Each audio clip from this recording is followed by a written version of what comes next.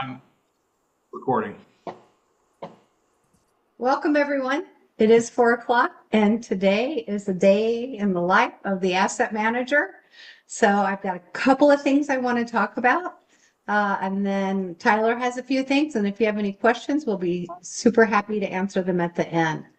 Uh, we now know we are in February 10th. And most of you have been gathering documents because it's getting close to that tax season time. But what I want to talk to you about, if you're new to real estate, that you have some other deadlines that you may or may not be aware of. So I want to address that and give you some resources.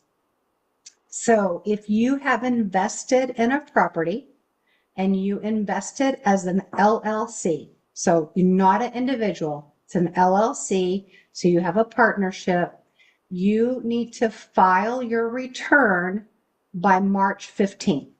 That is the deadline.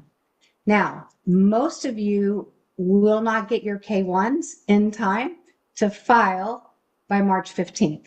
Because if you think about it, it's a process. So the year ends, and then all the lending institutions, all of them have to send out your 1098s. If you have a home, you get your mortgage statement. Same thing on the property. So we're going to be getting a statement from our lender on all the properties that we have. And so it takes them a while because they have to close out the year. They do a true up, and then they're going to send out the 1098. And then you also are going to get your final real estate tax and your insurance tax. So you're going to want to true up your T12 and everything. And all that goes to the CPA.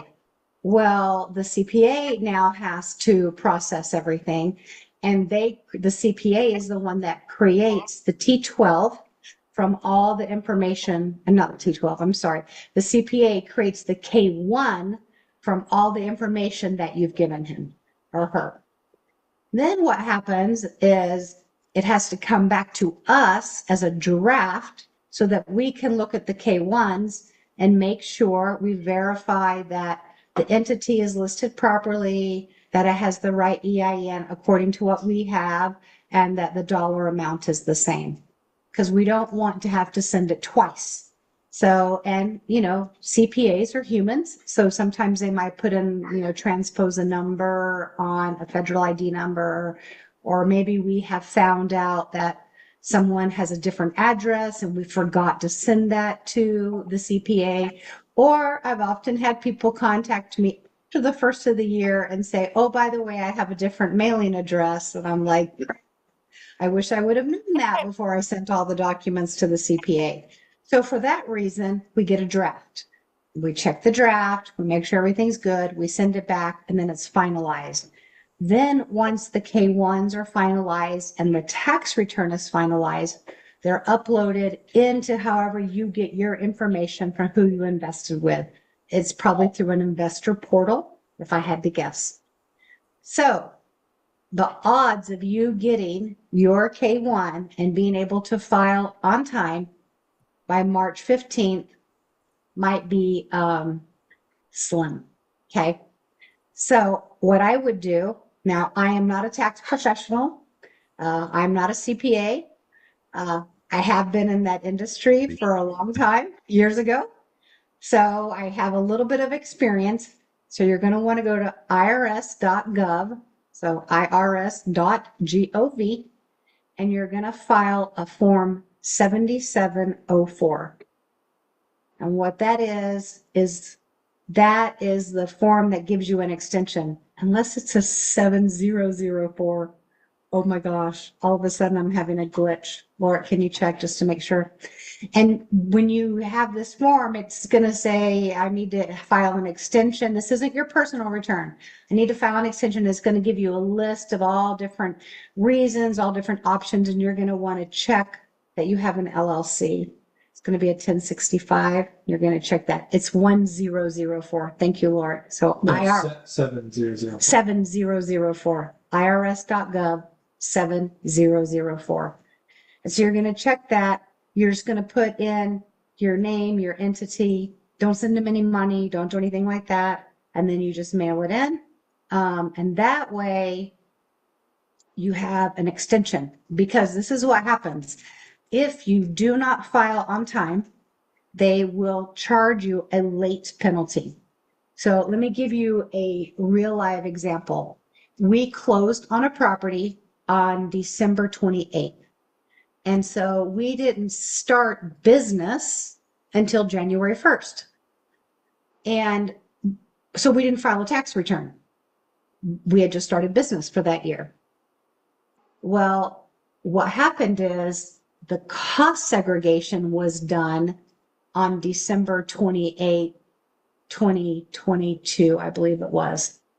And so when we were in 2023, in the first part of the year, we realized, oh crap, we got a K1. Now remember, the K1s sometimes come later than the date, and it was after the date. So we immediately filed a return and put our K1 with it. Well, they sent us a bill and they charged $1,500 for every partner. So we had 4 people listed. So they wanted to charge $1,500 for each person because each person didn't file. And we had a regular account for the property and then a management account. So we had 4 here, 4 here, $1,500, but they didn't get our money because we filed for an abatement and just basically explained, hey, we didn't know. We didn't know we were going to get a K1 because we were thinking more business and not cost segregation. And it was just kind of a fluke that we closed on the 28th because we wanted to close before the end of the year because that was, they're decreasing cost segregation every year. Hopefully that's going to be reinstated back to 100%. Again, I'm not a tax professional, not in the legislature, don't have the power to sign anything, but hopefully that'll come back 100%. So just know that if you have some sort of LLC, you need to file March 15th, file an extension. I always do it automatically. I've already filed them because it doesn't matter. Because if you file the extension and miracles of miracles happen, you get your K1 and you're able to file your return by the deadline of March 15th, it doesn't matter that you filed an extension. Makes no difference. So it's one of those better to be safe than sorry type situations. Or, oh, the government at that point, $6,000 because we sure don't want to pay them for nothing. So we got out of that. And if that happens to you, contact me. I'll tell you how to do it. Just file an abatement. Because it was honestly, it was an honest mistake. We just didn't know.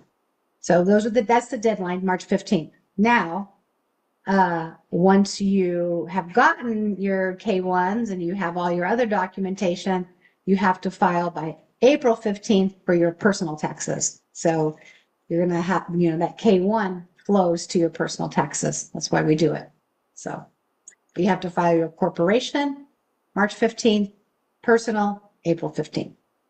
So that is my accounting tip for the day to save you thousands of dollars. So what I heard you is, have to, Tyler. yeah, all I heard was pay your taxes, but don't pay more than you have to. And have a good tax preparer, right? Yes, 100%. Yes. Poor Tyler has to file extensions all the time. Yeah, my tax preparer often puts my taxes off until like the last one. So, But but we yeah, file an extension, so there's no penalty. part of these conversations are just trying to give you information that we've had issues with in the past, and we want you to avoid those issues, right? And that's just part of what we try and do as far as having conversations with people of like, hey, here's what we saw as an issue, and we don't want you to have that same one. So I have the pleasure of meeting with people before they meet with Cindy, like if they're interested in a sponsorship or if they want her to take a look at something. I'm kind of the gatekeeper for a lot of those conversations. So I have the pleasure of meeting with a lot of people and them bringing to me underwriting or questions or anything like that. And it's a really cool experience being able to be like, okay, here's what we've experienced in this business.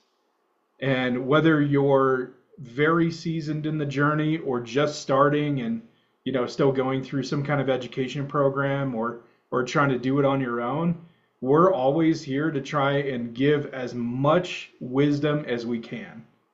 And hopefully it's helpful. And hopefully you can avoid some of the stuff that we had to, really find out the raw end of the deal on. Mm. And we do our best to be able to do that. And so I was actually able to meet with a couple of people last week and look at some underwriting and kind of talk about, give me your thoughts. Like, why do you love this deal? Tell me a little bit about it. And I always ask beforehand that you send me the underwriting and you send me any documentation that you have, because I'm going to underwrite it. Because everybody's underwriting template's different, right? Mhm. Whether you use RE Mentor, or MFM, or Michael Blanc, or anything that you want to use as far as an underwriting tool, that's just what they are. They're a tool, and you have to remember that some tools have breaks in them.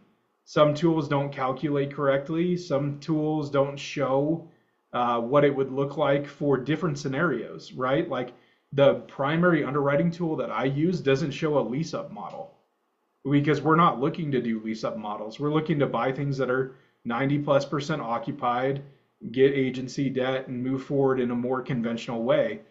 If you're looking at properties that you're buying at auction, you have to pay with cash.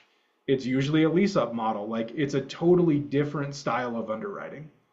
So the reason I bring that up is it's always really good to have a second pair of eyes come in, right? And especially when you talk about asset management, you want the asset manager to have eyes on the underwriting before any kind of LOI is even submitted.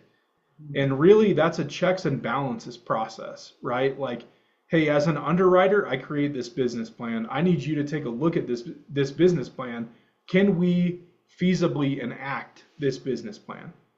And kind of get that feel between the two of you, like, is that a good call? And there's a lot of guesswork that goes into underwriting where you're like, I did some market research and this is what I think rents will come up to, and these are the comps that I have. And you can talk to the asset manager and they might tell you like, hey, in 3 years, raising the rent $400 is not going to work. Like that's too fast. You'll dump your occupancy rate. Like they'll kind of be your sounding board of is this something that is actually capable of doing. And so I love being able to have those meetings with people and talk to people and kind of figure out like where their heads at. And you also get to know like really these small towns that you've never heard of that are on the outskirts of a bigger town that you're like, what the heck is Piqua? I've never heard of that place, right? And so it allows you to kind of like dig a little bit deeper into these random places and you're like, okay, is this a growing spot? Is it, an economic booming place? Is the population growing? Can it support that? And it kind of gets you into a little bit more of that micro market, right? And the more that you can understand about the markets and the way they're moving and the micro markets around there, the more that it's like, okay, cool. I think this is an area that I kind of want to focus on for my business and kind of move forward with that. So it's a really cool opportunity to be able to do that and then meet with Cindy and say, hey, here's all the stuff I found out. What do you want to do? And so I love the opportunity that I have. So it's always an open book. If you jump on our website, you can always schedule a meeting with me. My calendar is posted on there, and I'm 100% willing to talk to people about just about anything. That's what we do, right? Like we want to be able to help as many people as we can. Well, and it's really good when you are underwriting to have a second set of eyes on it Yeah. because there are things that you may or may not think about depending on the location of it. We were looking at one property and someone's like, well, that property has a lot of tornadoes and a lot of really bad weather. And that area. And we actually knew that wasn't true. Like we knew that area and we're like, well, not really. We know it's more, along this way. So I just think it's very important. And especially whoever is your asset manager, they have to buy into your business plan because in reality, they're the ones that have to execute it. I mean, you will do it as a team and you'll all work together, but there's got to be one voice. And that voice has to be able to A, believe this is going to work, and B, be able to execute it and just know, okay, this is what we're going to do. And we've made these different concessions or we have outlined it this way. We like to hold properties 5 to 7 years, but we try to do CapEx in the first 3 so that we're really at our best rent for 2 years. That makes us really solid, good cash flow coming in. That makes it very attractive to sell. You don't want to be doing your CapEx all the way up to year 5 because then you're continually trying to create a better, excuse me, a better community or you already want to have that established. That helps you sell it. Like this is a community. This is people stay here and our rents are where they need to be. So very important. And everyone does have, we have actually different underwriting tools within our own company, if you can believe that. And the original tool that we started with for underwriting looks absolutely nothing like what it was when we first got it because we kept adding tabs. We would, and that I would encourage you to do that when you're showing Tully your underwriting, talk with them about it. We have a tab that has crime. We have a tab that, has economic statistics because you really want all that in one place. Because when you're talking to someone, whether you're talking to them to be a sponsor or an investor or a partner, you don't want to have to be closing screens and opening screens and looking around. You want just tabs at the bottom of that underwriting where you can just click on it. This is the population growth. This is what, we found out. This is what the crime is. You want all that in one place so that it makes it very easy to show. And I do have one suggestion I always tell people when they're looking and they're trying to understand a market is to call the Chamber of Commerce because the Chamber of Commerce will always know who is coming to town and who's leaving town. So you want to know what businesses are coming in, how many jobs is that going to bring? Is it going to be over a 5-year time period? So anytime we go somewhere, when we do our due diligence, we've already talked to the chamber on the phone because we do that initially with our underwriting. But when we physically go to do due diligence, we make an appointment to meet with the director of economic development. And so we have this property in Tyler, Texas that we went and talked to the chamber, met with the guy for 2 hours. Found out all kinds of stuff about businesses that are coming in because they have the pulse on the town. They know what's going on. And then I always encourage people to join the chamber. Now, sometimes that can be a little expensive. It depends.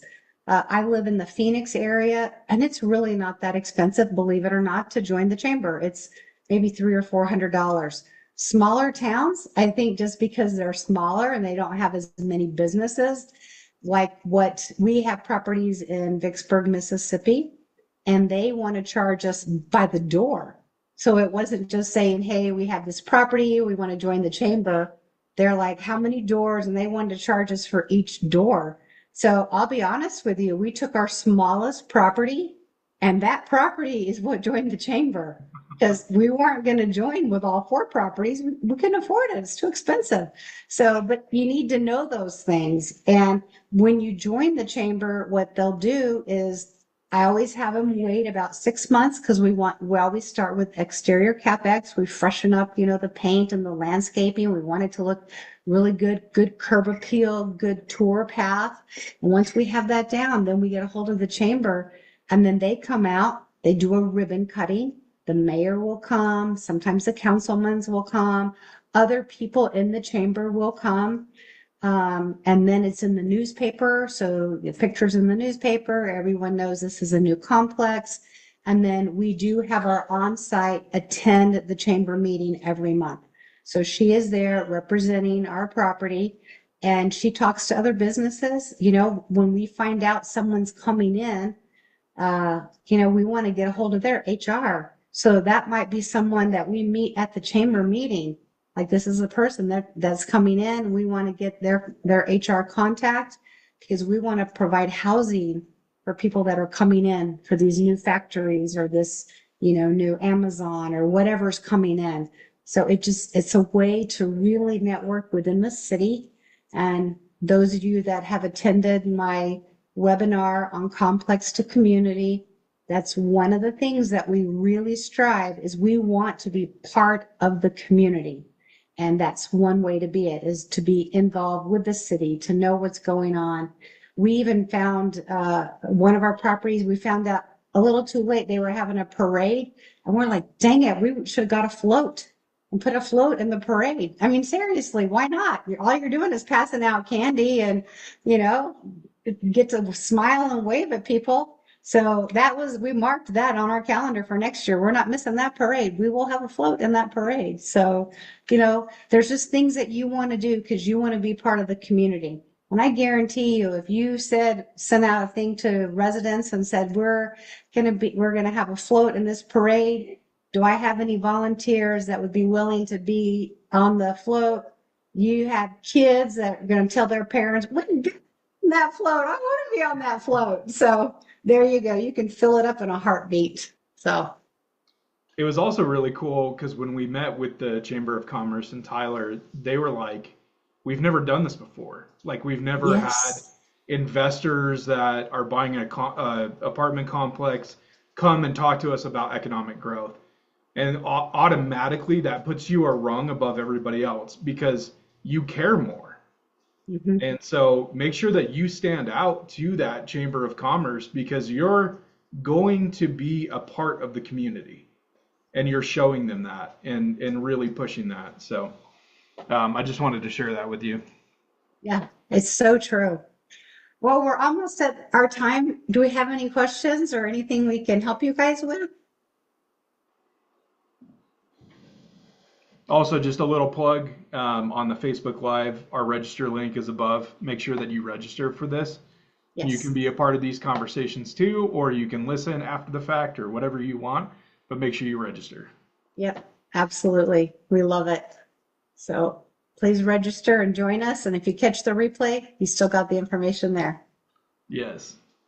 All right. We've revamped Well, our we hope you website guys too. have a great week and know that we'll be working on our end and you'll be working on your end and hopefully our paths will be crossing. Absolutely. Thank you All so right. much. Have a great week. Bye, All right. guys. Bye, guys.